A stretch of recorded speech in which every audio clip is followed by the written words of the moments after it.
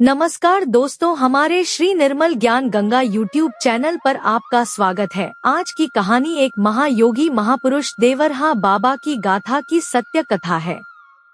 दोस्तों, भारत के उत्तर प्रदेश के देवरिया जनपद में एक योगी सिद्ध महापुरुष एवं संत पुरुष थे देवरहा बाबा।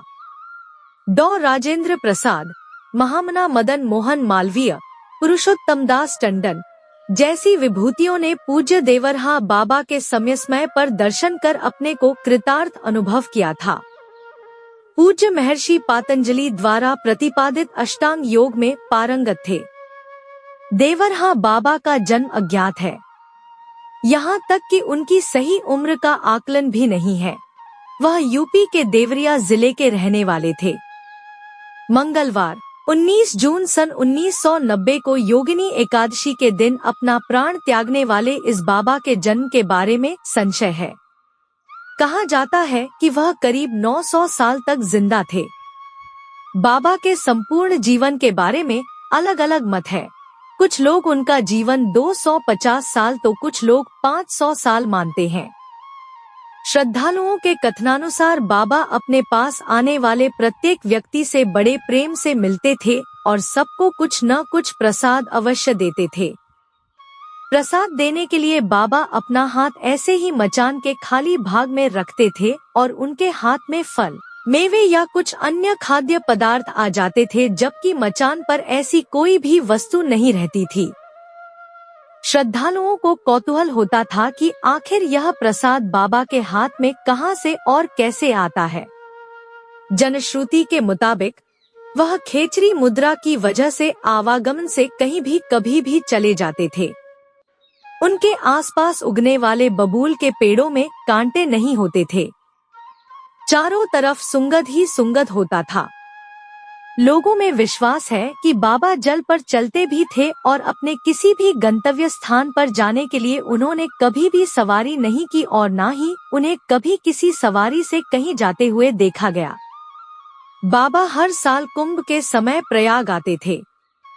मार्कंडेय सिंह के मुताबिक वह किसी महिला के गर्भ से नहीं बल्कि पानी से अवतरित हुए थे।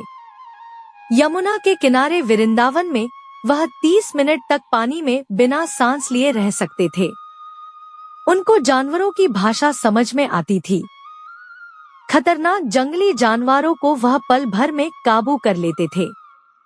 लोगों का मानना है कि बाबा को सब पता रहता था कि कब, कौन, कहां उनके बारे में चर्चा हुई। वह अवतारी व्यक्ति थे। उनका जीवन बहुत सरल और सौम्य था। वह फोटो कैमरे और टीवी जैसी चीजों को देख अचंभित रह जाते थे। वह उनसे अपनी फोटो लेने के लिए कहते थे, लेकिन आश्चर्य की बात यह थी कि उनका फोटो नहीं बनता था। वह नहीं चाहते तो रिवॉल्वर से गोली नहीं चलती थी। उनका निर्जीव वस्तुओं पर नियंत्रण था।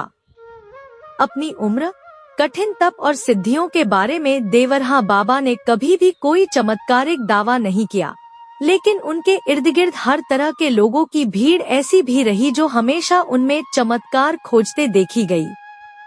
अत्यंत सहज, सरल और सुलभ बाबा के सानिध्य में जैसे वृक्ष, वनस्पति भी अपने को आश्वस्त अनुभव करते रहे।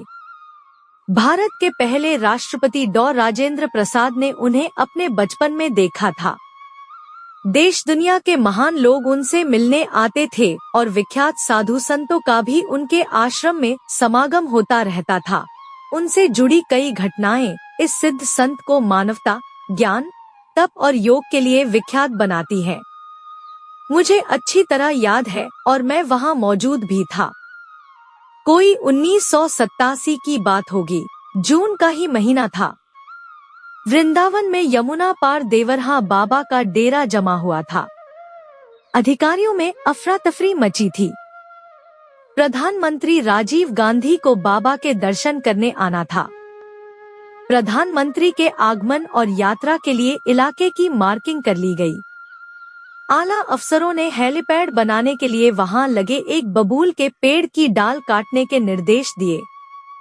भनक लगते ही बाबा ने एक बड़े पुलिस अफसर को बुलाया और पूछा कि पेड़ को क्यों काटना चाहते हो। अफसर ने कहा, प्रधानमंत्री की सुरक्षा के लिए जरूरी है। बाबा बोले, तुम यहाँ अपने पीएम को लाओगे, उनकी प्रशंसा पाओगे। पीएम का नाम भी होगा कि वह साधु संतों के पास जाता है, लेकिन इसका दंड तो बेचारे पेड़ को भुगतना पड़ेगा। वह मुझसे इस बारे में पूछेगा तो मैं उसे क्या जवाब दूंगा? नहीं, यह पेड़ नहीं काटा जाएगा। अफसरों ने अपनी मजबूरी बताई कि यह दिल्ली से आए अफसरों का है, इसलिए इसे काटा ही जाएगा और फिर पूरा पेड़ तो नहीं कटना है, इसकी एक टहनी ही काटी जानी है। मगर बाबा जरा भी राजी नहीं हुए। उन्होंने कहा कि यह पेड़ होगा तुम्हारी निगाह में, मेरा तो यह सबसे पुराना साथी है, दिन रात मुझसे बतियाता है, यह पेड़ नहीं कट सकता। इस घटनाक्रम से बाकी अफसरों की दुविधा बढ़ती जा रही थी। आखिर बाबा ने ही उन्हें तसल्ली दी और कहा कि घबरा मत, अब पीएम का कार्यक्रम टल जाएगा, तुम्हारे पीएम का कार्यक्रम मैं कैंसिल करा देता हूँ। आश्चर्य कि 2 घंटे बाद ही पीएम ऑफिस से रेडियोग्राम आ गया कि प्रोग्राम स्थगित हो गया है। कुछ हफ्तों बाद राजीव गांधी वहां आए, लेकिन पेड़ नहीं कटा। इसे क्या कहेंगे, चमत्कार या संयोग? बाबा की शरण में आने वाले कई विशिष्ट लोग थे। उनके भक्तों में जवाहरलाल नेहरू, लाल बहादुर शास्त्री, इंदिरा गांधी जैसे चर्चित नेताओं के नाम हैं। उनके पास लोग हठयोग सीखने भी जाते थे। सुपात्र देखकर वह हठयोग की 10 मुद्राएं सिखाते थे। योग विद्या पर उनका गहन ज्ञान था। ध्यान, योग, प्राणायाम, त्राटक समाधि आदि पर वह गूढ़ विवेचन करते थे। कई बड़े सिद्ध सम्मेलनों में उन्हें बुलाया जाता तो वह संबंधित विषयों पर अपनी प्रतिभा से सबको चकित कर देते। लोग यही सोचते कि इस बाबा ने इतना सब कब और कैसे जान लिया। ध्यान, प्राणायाम, समाधि की पद्धतियों के वह सिद्ध थे ही धर्माचार्य, पंडित, तत्वज्ञानी, वेदांती उनसे कई तरह के संवाद करते थे। उन्होंने जीवन में लंबी लंबी साधनाएं की। जन कल्याण के लिए वृक्षों वनस्पतियों के संरक्षण, पर्यावरण एवं वन्य जीवन के प्रति उनका अनुराग जग जाहिर था। देश में आपातकाल के बाद हुए चुनावों में जब इंदिरा गांधी हार गईं, तो वह भी देवरहा बाबा से आशीर्वाद लेने गईं। उन्होंने अपने हाथ के पंजे से उन्हें आशीर्वाद दिया। वहां से वापस आने के बाद इंदिरा ने कांग्रेस का चुनाव चिन्ह हाथ का पंजा निर्धारित कर दिया।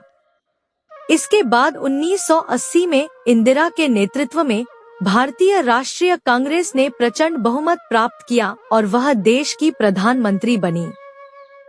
वहीं यह भी मान्यता है कि इंदिरा गांधी आपातकाल के समय कांची कामकोटी पीठ के शंकराचार्य स्वामी चंद्रशेखरेंद्र सरस्वती से आशीर्वाद लेने गई थी। वहां उन्होंने अपना दाहिना हाथ उठाकर आशीर्वाद दिया और हाथ का पंजा पार्टी का चुनाव निशान बनाने को कहा। बाबा महान योगी और सिद्ध संत थे। उनके चमत्कार हजारों लोगों को झंकृत करते रहे। आशीर्वाद देने का उनका ढंग निराला था। मचान पर बैठे बैठे ही अपना पैर जिसके सिर पर रख दिया, वो धन्य हो गया। पेड़ पौधे भी उनसे बात करते थे। उनके आश्रम में बबूल तो थे, मगर कांटे विहीन। यही नहीं, यह खुशबू भी बिखेरते थे। उनके दर्शनों को प्रतिदिन विशाल जनसमूह उमड़ता था। बाबा भक्तों के मन की बात भी बिना बताए जान लेते थे। उन्होंने पूरा जीवन अन्न नहीं खाया, दूध व शहद पीकर जीवन गुजार दिया। श्रीफल का रस उन्हें बहुत पसंद था। देवरहा बाबा को खेचरी मुद्रा पर सिद्धि थी, जिस कारण वे अपनी भूख और आयु पर नियंत्रण प्राप्त कर लेते थे। ख्याति इतनी कि जॉर्ज पंचम जब भारत आया तो अपने पूरे लाव लश्कर के साथ उनके दर्शन करने देवरिया जिले के दियारा इलाके में मैल गांव तक उनके आश्रम तक पहुंच गया। दरअसल इंग्लैंड से रवाना होते समय उसने अपने भाई से पूछा था कि क्या वास्तव में इंडिया के साधु संत महान होते हैं। प्रिंस फिलिप ने जवाब दिया, हाँ, कम से कम देवरहा बाबा से जरूर मिलना। यह सन 1911 की बात है। जॉर्ज पंचम की यह यात्रा तब विश्व युद्ध के मंडरा रहे माहौल के चलते भारत के लोगों को बरतानिया हुकूमत के पक्ष में करने की थी। उससे हुई बातचीत बाबा ने अपने कुछ शिष्यों को बताई भी थी, लेकिन कोई भी उस बारे में बातचीत करने को आज भी तैयार नहीं। डॉक्टर राजेंद्र प्रसाद तब रहे होंगे कोई 2-3 साल के, जब अपने माता पिता के साथ वे बाबा के यहाँ गए थे। बाबा देखते ही बोल पड़े, यह बच्चा तो राजा बनेगा। बाद में राष्ट्रपति बनने के बाद उन्होंने बाबा को एक पत्र लिखकर कृतज्ञता प्रकट की और सन 54 के प्रयाग कुंभ में बाकायदा बाबा का सार्वजनिक पूजन भी किया। बाबा देवरहा 30 मिनट तक पानी में बिना सांस लिए रह सकते थे। उनको जानवरों की भाषा समझ में आती थी। खतरनाक जंगली जानवरों को वह पल भर में काबू कर लेते थे। उनके भक्त उन्हें दया का महासमुंदर बताते हैं और अपनी यह संपत्ति बाबा ने मुक्त हस्तज लुटाई। जो भी आया बाबा की भरपूर दया लेकर गया। वितरण में कोई विभेद नहीं। वर्षाजल की भांति बाबा का आशीर्वाद सब पर बरसा और खूब बरसा। मान्यता थी कि बाबा का आशीर्वाद हर मर्ज की दवाई है।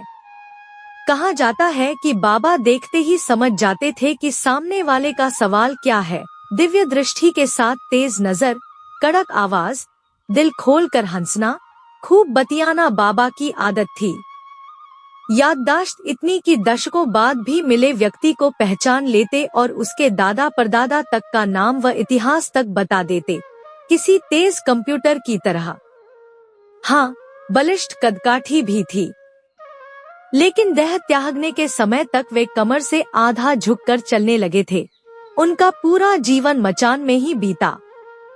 लकड़ी के 4 खंभों पर टिकी मचान ही उनका महल था, जहां नीचे से ही लोग उनके दर्शन करते थे। महल में वे साल में 8 महीना बिताते थे।